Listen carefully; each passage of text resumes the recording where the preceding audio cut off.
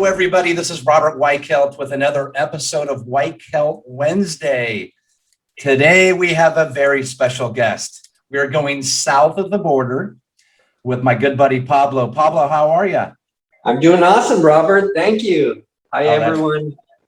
That's great. You know what? I tell you what, since we've opened up in Mexico and 16, 17 countries, we're at over 66,000 agents. I mean, we're just going global so fast. So let's get right into it. Tell us, who's Pablo? Pablo is a lover of everything related to real estate since 2004. I actually started my career in real estate, what do you call it, behind curtains, right? I opened the first store title office in all Mexico, which was here in Cabo. I live in Cabo. Mm-hmm. And this was 2004, and I didn't know anything about real estate. For some reason, the company found me. I don't know how, and they did, and they invited me.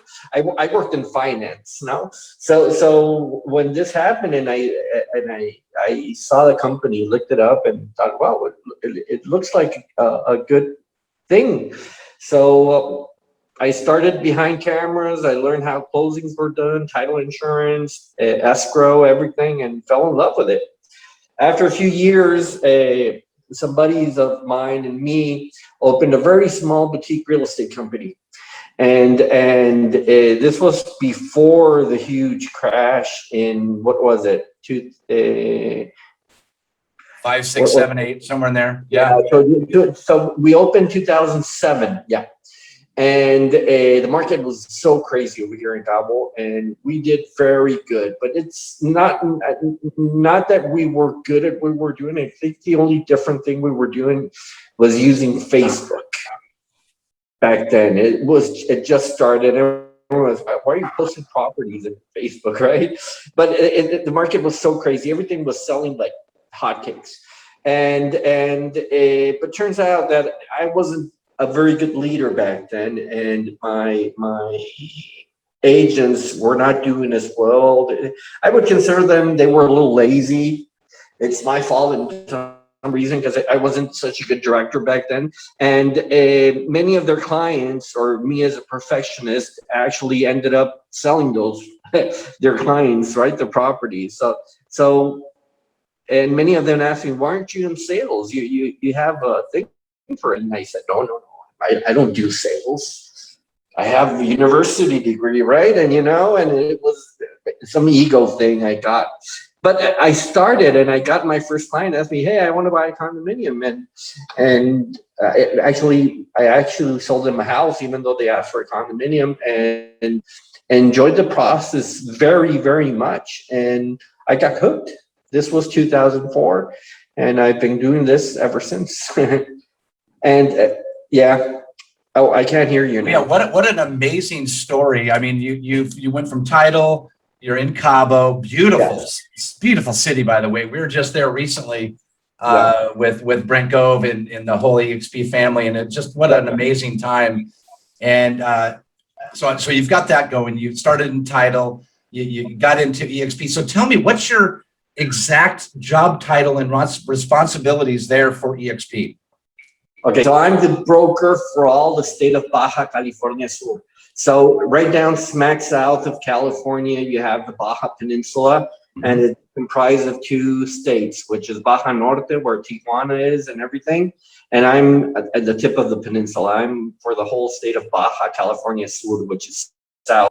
And right now, the main focus we're doing now, I know it's very normal in the States that every area has its own MLS, right? Mm-hmm. But here in Cabo, I think we're one of only 3 areas or destinations that we actually have an MLS.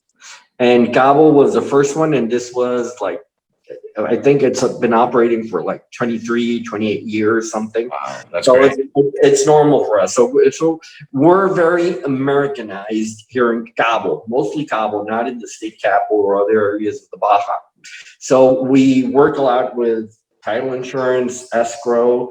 We have closing companies, which you don't see other places in Mexico. Sure. And our local MLS has a few bylaws or policies that are pretty old school, right? So right off the bat, you need a brick and mortar office. Yeah. So they don't understand the XP model, or they think they don't. They Sure. say that. And the other thing is you have to have a father figure, the broker, right? So in order to open shop here, you have to have an office and you have to have somebody responsible for the children involved, right? And that's how I came in. And I've been a huge fan, huge fan of Ismael Gonzalez. Ismael Gonzalez is the broker of records for the whole country of Mexico. And once I knew about him and saw the things he was doing, I actually looked him up without knowing him and asked him, hey, I know who you are, I know what you're doing, everything, and I live in Cabo, you live a short flight away from me. Can I go visit you, meet you, and work, be like your shadow?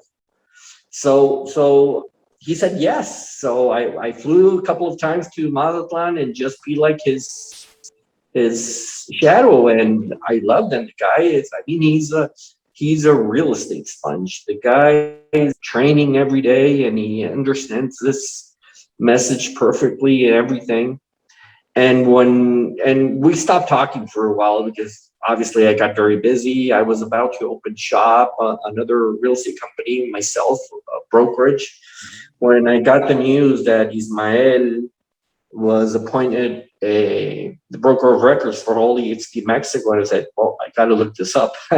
Yeah. So I follow this guy everywhere, and I can tell you now we're friends now, and when the issue arrived that many agents from the States were recruiting their downline agents in Cabo, and I knew they were going to get in trouble with the local MLS because of their old school rules. Sure. I looked them up and told him, hey, you know what? I think you're going to get into trouble. And he said, okay, let me look it up. And he studied the process that works over here, and then he gave me a call and said, hey, do you want to be my broker? And I said, wait, that wasn't my plan. Yeah, Great. I'm about to open shop, and now you're asking me to stop everything. And he said, well, think about it. And we talked, and we talked about it for like a whole month. And you know what? I'm happy as. And here you are. I don't know. Yeah, then as an elf. Yeah. So, that's a perfect segue to what are some of the things that are going on with EXP Mexico that the agents that are tuning into this, what do they need to hear? So give us like 2 or 3 highlights, some great things. Why should they join EXP in Mexico? Well, I'll tell you something. A few days ago, I opened. I started investigating something I learned from Ismael as well. How to investigate? How to do your benchmarking and everything. Mm-hmm. And I actually, I'm sure I'm not the first one, but I actually started reviewing what happened to Blockbuster Video on their prime. Turns out their prime was 2004. They had like 10,000 stores and I don't know, 80,000 people working for them. I mean, it was huge. And that same year, the shares for Netflix were like $30, which compared to almost 600 today. And I remember, I'm pretty sure I remember when they first started sending DVDs by mail, Netflix, and I jumped on board. I've had a Netflix account since 2000, I think. Wow.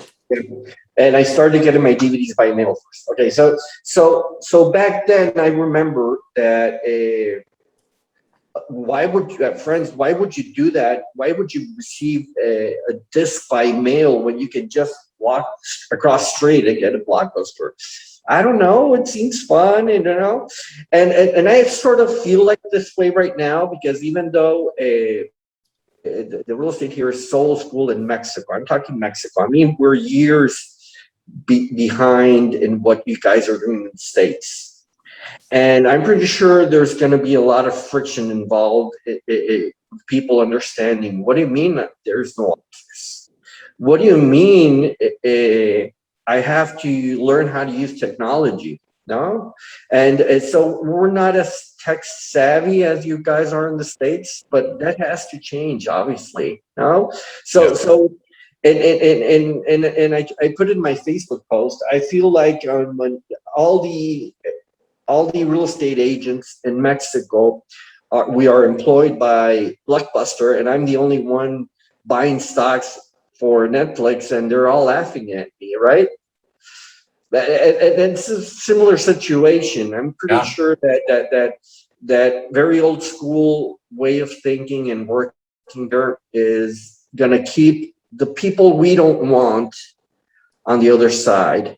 So especially, we're going to attract the whole new generation of real estate agents who are actually more tech driven, more tech savvy. They're friendlier. It's a whole different ballpark. So it's going to be like a 50-50 split between the new kind of real estate agent and the old ones. Yeah. And I see that. Yeah. And I see that. Yeah. I see that. So it's like you guys 9 years ago, right? Yeah. So it's exactly right. Yeah. And so let me ask you this, Pablo. Yeah. So great nuggets, by the way, great nuggets. I mean, the Blockbuster thing, it hits home. I still have my Blockbuster card just for, because it's kind of fun, but it's like Blockbuster, Netflix, Uber, taxi, Airbnb, hotel. Things change, things evolve. You either lead, follow, or get out of the way.